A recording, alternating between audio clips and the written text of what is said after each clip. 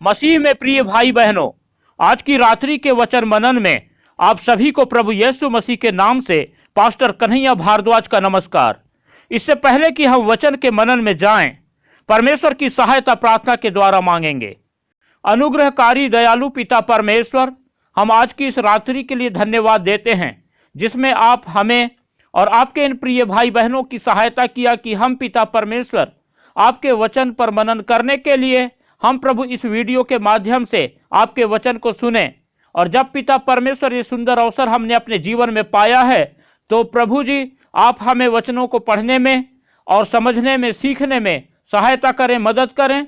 और पवित्र आत्मा आप हम सबको अपने वचन को सिखाएं ताकि हम अपना जीवन आपके वचन के अनुसार बिताते हुए लगातार आपकी इच्छा और आपका वचन हमारे जीवन के द्वारा पूरा करने पाएं। और प्रभु लगातार हम अपने जीवन से आपको महिमा देने वाले होने पाएं। धन्यवाद के साथ प्रार्थना हमारे उद्धारकर्ता प्रभु यीशु मसीह के पवित्र मीठे नाम से मांगते हैं, आमीन। आज की रात्रि के वचन मनन के लिए हम पढ़ेंगे पहला राजा और उसका 21वां अध्याय और 1 पद से लेकर 27 पद तक। नाबोत नामक एक यिज्रेली की एक दाख की बारी सोमरोन के राजा आहाब के राज मंदिर के पास यिज्रेल में थी। इन बातों के बाद आहाब ने नाबोत से कहा, तेरी दाख की बारी मेरे घर के पास है, तू उसे मुझे दे कि मैं उसमें साग पात की बारी लगाऊं, और मैं उसके बदले तुझे उससे अच्छी एक वाटिका दूंगा। नहीं तो तेरी इच्छा हो तो मैं तुझे उसका मूल्य दे दूंगा। नाबोत ने आहाब से कहा, यहोवा ना करे कि मैं अपने पुरखाओं का निज भाग तुझे दूं। यिज्रेली नाबोत के इस वचन के कारण कि मैं तुझे अपने पुरखाओं का निज भाग ना दूंगा, आहाब उदास और अप्रसन्न होकर अपने घर गया और बिछौने पर लेट गया और मुंह फेर लिया और कुछ भोजन ना किया। तब उसकी पत्नी इजेबेल ने उसके पास आकर पूछा, तेरा मन क्यों ऐसा उदास है कि तू कुछ भोजन नहीं करता? उसने कहा, कारण यह है कि मैंने यिज्रेली नाबोत से कहा कि रुपया लेकर मुझे अपनी दाख की बारी दे, नहीं तो यदि तू चाहे तो मैं उसके बदले दूसरी दाख की बारी दूंगा। और उसने कहा, मैं अपनी दाख की बारी तुझे ना दूंगा। उसकी पत्नी इजेबेल ने उससे कहा, क्या तू इजराइल पर राज्य करता है कि नहीं?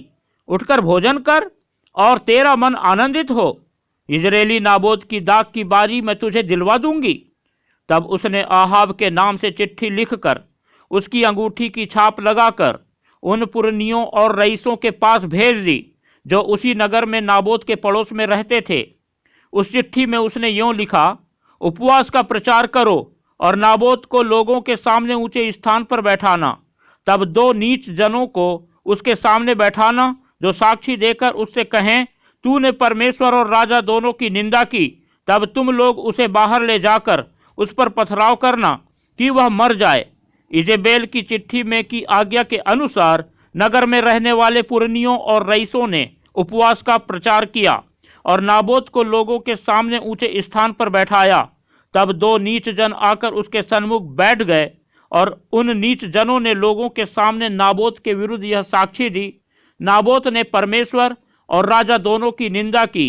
इस पर उन्होंने उसे नगर से बाहर ले जाकर उस पर पथराव किया और वह मर गया। तब उन्होंने इजेबेल के पास यह कहला भेजा कि नाबोत पथराव करके मार डाला गया है। यह सुनते ही कि नाबोत पथराव करके मार डाला गया है, इजेबेल ने आहाब से कहा, उठकर इजरायली नाबोत की दाख की बारी को, जिसे उसने तुझे रुपए लेकर देने से भी इनकार किया था, अपने अधिकार में ले, क्योंकि नाबोत जीवित नहीं परंतु वह मर गया है। इजरायली नाबोत की मृत्यु का समाचार पाते ही आहाब उसकी दाख की बारी अपने अधिकार में लेने के लिए वहां जाने को उठ खड़ा हुआ। तब यहोवा का यह वचन तिस्बी एलिय्याह के पास पहुंचा, चल सोमरोन में रहने वाले इजराइल के राजा आहाब से मिलने को जा। वह तो नाबोत की दाख की बारी में है, उसे अपने अधिकार में लेने को वह वहां गया है। और उससे यह कहना कि यहोवा यूँ कहता है, क्या तूने घात किया और अधिकारी भी बन बैठा? फिर तू उससे यह भी कहना कि यहोवा यूँ कहता है, जिस स्थान पर कुत्तों ने नाबोत का लहू चाटा, उसी स्थान पर कुत्ते तेरा भी लहू चाटेंगे।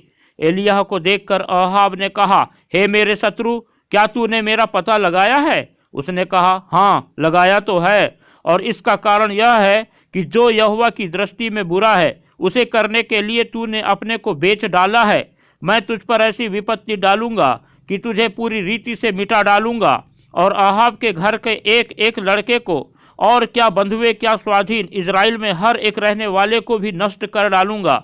और मैं तेरा घराना नबात के पुत्र यारोबाम और अहिय्याह के पुत्र बासा कासा कर दूंगा, इसलिए कि तूने मुझे क्रोधित किया है और इज़राइल से पाप करवाया है। और इजेबेल के विषय में यहोवा यह कहता है, इज़राइल के किले के पास कुत्ते इजेबेल को खा डालेंगे। आहाब का जो कोई नगर में मर जाएगा उसको कुत्ते खा लेंगे, और जो कोई मैदान में मर जाएगा उसको आकाश के पक्षी खा जाएंगे। सचमुच आहाब के तुल्य और कोई ना था जिसने अपनी पत्नी इजेबेल के उकसाने पर वह काम करने को जो यहोवा की दृष्टि में बुरा है अपने को बेच डाला था। वह तो उन एमोरियों के समान जिनको यहोवा ने इजराइलियों के सामने से देश से निकाला था बहुत ही घिनौने काम करता था, अर्थात मूर्तों की उपासना करने लगा था। एलिय्याह के ये वचन सुनकर आहाब ने अपने वस्त्र फाड़े और अपनी देह पर टाट लपेटकर उपवास करने और टाट ही ओढ़े पड़ा रहने लगा और दबे पांव चलने लगा। तब यहोवा का यह वचन तिशबी एलिय्याह के पास पहुंचा, क्या तूने देखा है कि आहाब मेरे सामने नम्र बन गया है? इस कारण कि वह मेरे सामने नम्र बन गया है, मैं वह विपत्ति उसके जीते जी उस पर ना डालूंगा, परंतु उसके पुत्र के दिनों में मैं उसके घराने पर वह विपत्ति भेजूंगा। परमेश्वर के प्रिय लोगों, हम देखते हैं कि राजा आहाब के पाप को देखकर परमेश्वर कैसा क्रोधित होता है और निर्णय लेता है कि वो राजा आहाब के परिवार के एक एक जन को नष्ट कर डालेगा। और वास्तव में जो है हम भविष्य में देखते हैं कि राजा आहाब और उसके पूरा परिवार जो है नष्ट कर दिया जाता है। जिस रीति से परमेश्वर कहता है कि उसके परिवार के लोगों को कुत्ते खा जाएंगे, कुत्ते उनके खूनों को चाट जाएंगे, आकाश के पक्षियां उनके शरीर को खा जाएंगे, और वो सारी बातें जो है राजा आहाब और उनके परिवार में घटती है और इस प्रकार उनका पूरा परिवार नष्ट हो जाता है।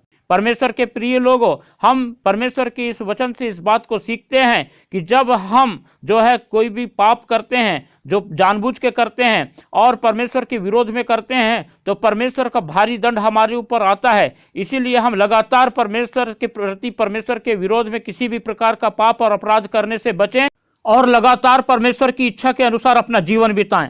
परमेश्वर अपने वचन के द्वारा हम सबको आशीष देने पावे। परमेश्वर के प्रिय लोगों, जिस रीति से हमने आज के वचन में मनन के द्वारा इस बात को पाया कि हम पाप से बचें, आप लोग लगातार इस वीडियो को बार बार देखें और परमेश्वर के वचन को सुनें, ताकि परमेश्वर आपसे और भी गहरी बातों को आपको बताए और अपने वचन का प्रकाशन आपको दे। हमने तो अभी सिर्फ कुछ ही बातों को पाया है, लेकिन जब हम बार बार परमेश्वर के वचन को सुनते हैं तो परमेश्वर अपने वचन का प्रकाशन देता है और हमें काफ़ी बातों को सिखाता है, और हम परमेश्वर के वचन को सीखकर अपना जीवन उसी के मुताबिक बिताने वाले होने पाएं। परमेश्वर आप सबको आशीष देने पाए।